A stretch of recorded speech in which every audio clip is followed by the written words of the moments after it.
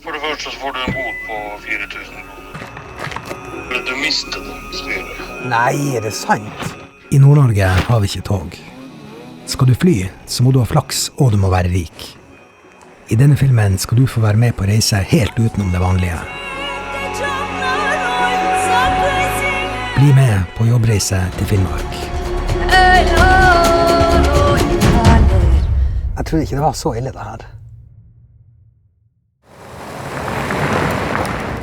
Klokka er 11:30, det er blå himmel og sol ute. Jeg er i Tromsø, men jeg er på tur til Finnmark. Jeg skal bort fra den byen her i 4 dager. Jeg skal på jobbreise. Ja da, jeg skal til Finnmark og lage 2 filmer. En i Alta og en i Karasjok og Kautokeino. Finnmark er gigantisk. Faktisk så får Oslo, Akershus og Østfold plass i en av kommunene jeg skal innom. Jeg kunne tatt fly til Alta og leid en bil der, men det var ingen ledige fly, og det var heller ingen ledige leiebiler. Lang historie kort, jeg kjørte.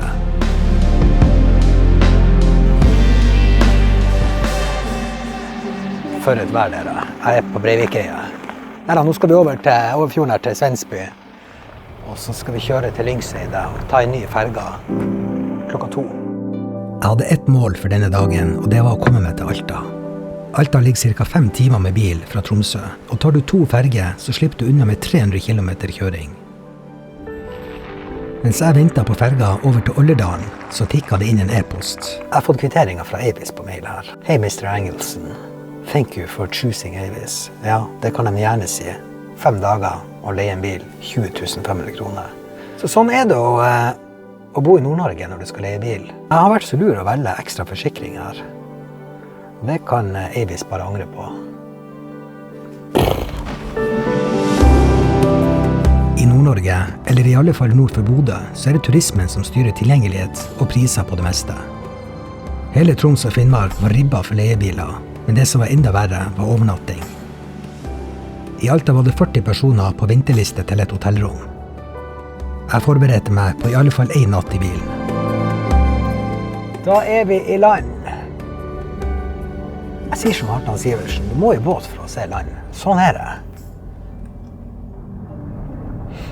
Jeg har en vanvittig lang kjøretur foran meg. Jeg kan bare si det. Den strekningen her er ikke spesielt artig å kjøre heller. Alta 213 km, Burfjord 120, Storslett 46. Jeg tror bare vi begynner med Storslett først, og så ser vi det her an. I kilometer så er dette samme distanse som Oslo-Kristiansand. Veiene her er også lagd av asfalt, men der stopper likheten. Her snakker vi trange veier med den klassiske 70-sonen som Nord-Norge er kjent for. Si hva du vil om veiene her i nord, men utsikten fra bilvinduet, den er upåklagelig. 5,5 timer etter at jeg forlot Tromsø, så kunne jeg ønske meg selv velkommen til Finnmark. Da kan jeg si at vi er kommet til Alta. Nå startet jobben med å finne overnatting i Finnmarks største by. Jeg gikk for hotellene først. Resepsjonisten på Scandic flirte når jeg spurte om han hadde et ledig rom. Thon hotell var også smekkfullt. Det var bare å glemme hotell. Jeg måtte gjøre som hippiene. Jeg måtte bo på Airbnb. Da skal jeg finne ut hvor jeg skal sove. Airbnb-app. Jeg er blitt så moderne med apper. Se på det her. Airbnb, ja. Jeg kunne ikke hatt mer å gjøre i Alta denne kvelden. Apper, handling, og i tillegg så måtte jeg forberede meg til morgendagen.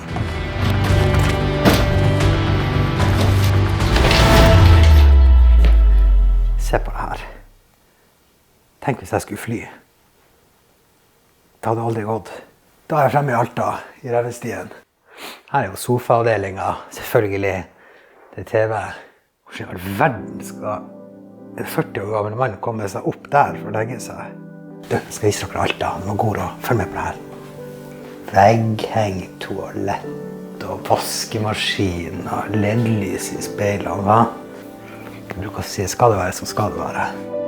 Jeg sa meg fornøyd med dag 1. Det jeg ikke visste, var at Airbnb skulle bli et mareritt for meg morgenen etter. Jeg våknet opp i Alta med ny energi. Jeg skulle bøtte inn på en kopp kaffe før jeg gikk i gang, men det skulle vise seg å bli vanskelig.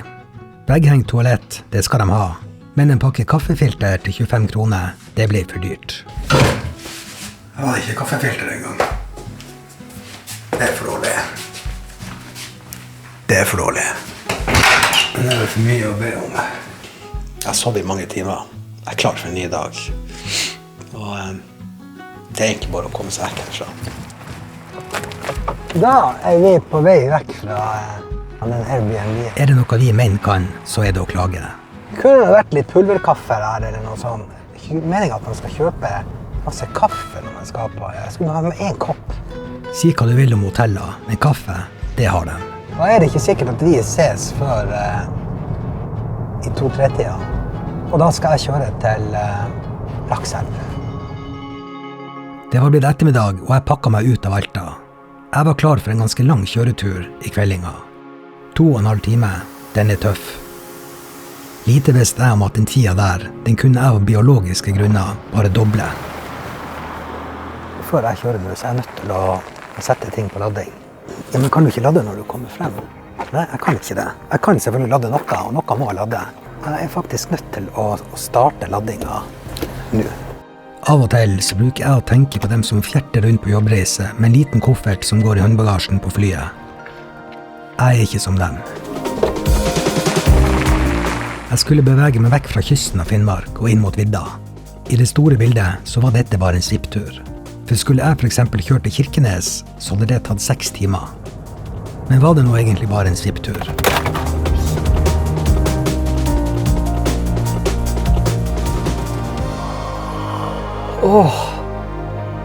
Klokka 19:37, og jeg i Skaidi. Du ikke kommet lenger enn til Skaidi? Hva har skjedd? Har du krasjet? Nei, men jeg måtte stoppe opp på Scenelandet og sove en time. Jeg ble så trøtt. Så det var jeg helt nødt til å gjøre. Når jeg våknet da, så var det jo helt mørkt ute. Men nå er jeg i hvert fall i Skaidi og skal inn og kjøpe meg noe å drikke. Jeg trenger en juice. Jeg kommer tilbake. Jeg måtte stoppe på Scenelandet og sove. Hadde nå klokka vært 11 på kvelden og hadde kjørt hele dagen. Det var 6. Jeg måtte bare kaste bilen til siden. Jeg kom ikke ned til lenger. Jeg var helt noe, vet du. Jeg kom til Lakselv klokka 9. Jeg måtte finne meg overnatting, og i Lakselv så var det heldigvis et hotell. Uheldigvis så var det fullt. Jeg måtte igjen stole på Airbnb, og fant en liten hytte ca. 16 minutter unna Lakselv. Dag 2 på denne ekstreme jobbreisa var over, og mer ekstrem skulle den bli.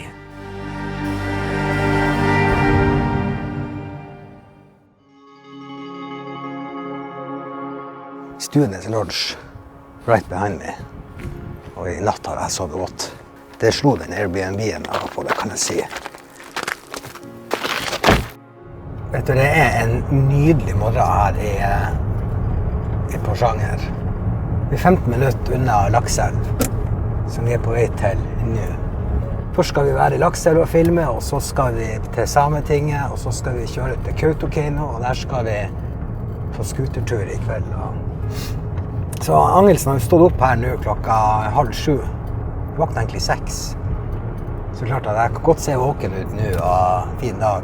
Jeg ferdig, det kan jeg si, i ettermiddag. Jeg ferdig. Etter et par timer med jobb i Lakselv, så satte jeg kursen mot Indrefileten i Finnmark, og første stopp var Karasjok. Jeg på tur til Karasjok, til Sametinget, men jeg skal først finne meg noe å spise i Karasjok. Jeg vet, dere som ikke har vært i Karasjok, tenker, ja, storbyen Karasjok. Det ikke noen storby, en liten plass.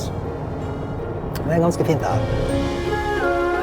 Karasjok samene sin hovedstad, og her bor det 3000 mennesker, og hold dere fast, 60 000 reinsdyr. Jeg visste ikke dere, men det faktisk et kjøpesenter i Karasjok. Det DNB-senteret. Ja, det helt sant. Apotek, Elon, Sport1. Jeg har alt her. Everything you need. Jeg gikk inn på Kjells Café. Der spiste jeg kanskje Nordkalottens beste landgang med ost og skinke, før jeg skulle videre til Sametinget. Vi et land med lang kyststripe, og hvordan vi har havnet dit at vi på Rema og handler Alaskan pollock I stedet for å spise vår egen fisk. Jeg har mange politiske meninger også. Omvisning på Sametinget og en selfie med presidenten, det skjer ikke hver dag. Noe som skjedde daglig, det var lange kjøreturer på ettermiddagen. Nå skal jeg til Kautokeino, og jeg bare lurer på hvor lang tid det tar å kjøre til Kautokeino. Hvor vil du dra? Kautokeino. Henter veibeskrivelse til Kautokeino. Her var jeg fornøyd med alt under 5 timer. Åja, bare 1 time og 40. Ja, det er greit. Det passer jo bra at jeg kjøper meg en is. Veiene mellom de ulike plassene i Indre Finnmark ser sånn her ut. Her kan du bare glemme å finne ladder til Teslaen.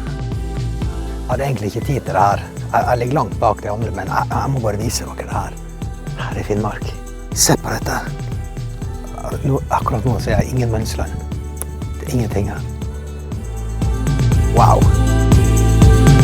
Jeg har kjørt mye langs kysten av Finnmark, og det er fint. Men det er noe helt spesielt med å kjøre i dette landskapet og være helt alene. Vi er fremme i Kautokeino, og det er jo helt fantastisk. Men er jeg først? Hei, Dan Einar. Er jeg før de andre? Nei. Kautokeino. Her har jeg vært mange ganger, og det er mitt favorittsted i Finnmark.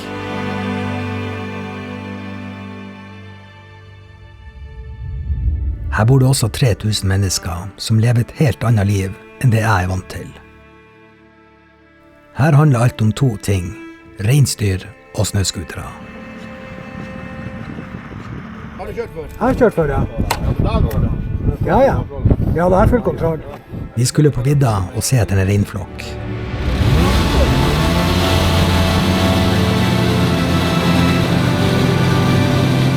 Å kjøre skuter er ikke noe folk fra byen gjør ofte, og da går det fort galt.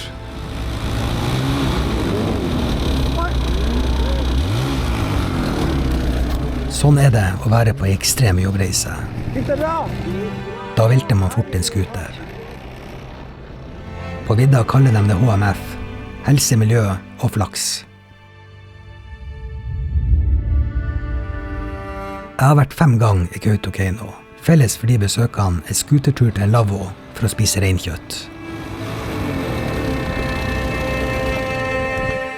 En perfekt avslutning på en lang, men fin dag. Og bedre skulle den bli. Jeg kunne kjøre skuteren fra lavvoen og direkte til Thon Hotel Kautokeino, og der var det et ledig rom.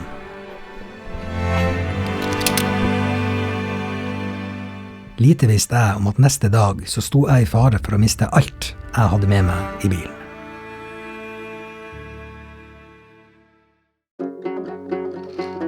Da er det siste dag på tur. Jeg skal kjøre hjem i dag. Å være på jobbreise, det er litt som å være med i et reality-program. Man er i bobla, og er usikker på om man vil at det skal ta slutt. Det gjelder spesielt oss som er 680 km hjemmefra og må kjøre hjem. Det er 3-4 timer igjen med jobb, og så er det kjøring.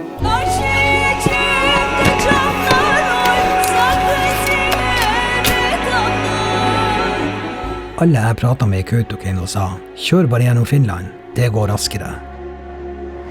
Jeg øyner håpet om å rekke gullrekka. Nå er jeg ferdig med reising. Jeg har vært 4 dager på reise nå. Det er fint å være på jobbreise i Troms og Finnmark, men det er noen distanser her. Nå skal jeg hjem, det er 398 kilometer. Men jeg skal kjøre gjennom Finland, og bak i bilen her så har jeg foto- og videoutstyr. Det vil si at hvis jeg bare kjører på grønt og skal ut på andre siden i Norge, nå kan ikke jeg det regelverket der, men jeg regner med det at de kommer til å spørre hvor har du kjøpt det. Så det jeg skal gjøre nå, det er å stoppe på grensa. Plutselig var jeg med i filmen Crossing the Border. Jeg skulle inn i et annet land. Jeg skulle inn i EU. Får du bare gå inn og spørre da? I det jeg kjente vind fra døra som lukket seg bak meg, hva tror du norsk? Så visste jeg at det var bare å glemme å rekke Nytt på Nytt og Lindmo. Det var veldig lurt at jeg stoppet her, fordi hun sa at hadde jeg kjørt gjennom her nå og blitt stoppet på Kilpis, så hadde jeg hatt et gigantisk problem med de summene som jeg opererer med her. Så det jeg har fått beskjed om nå, det er å ringe til en speditør Det kommer til å koste meg pengene her. Men må du ha en liste over alt jeg har med meg her? Nei da, det må Du, hvis jeg hadde kjørt bare videre nå, og så ikke gjort det her og blitt stoppet i Helligskogen, hadde jeg hatt trøbbel da? Ja. For det første så får du en bot på 4000 kroner for å ikke ha laget de papirene. Og så må du forholde deg, eller du mister det utstyret. Nei, er det sant? Ja, og utstyret, for å få det tilbake, så må du kjøpe det tilbake med tollet sin verdi. Hva i all verden? Så må det fortolles inn til Norge igjen på nytt. Så det blir forferdelig dyrt. Ja, så husk bare å stoppe tollstedet. Det skal jeg gjøre. Det blir viktig. Ja, det skal jeg gjøre. Da ønsker jeg deg bare en god tur. Tusen takk! Ja, Ja, hei. Jeg trodde ikke det var så ille det her.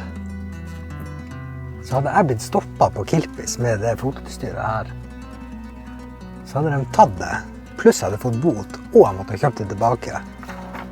Jesus. Vet du, Einar Angelsen, av og til så er du ganske lur. Jeg har fått melding fra Skibotn Spedisjon.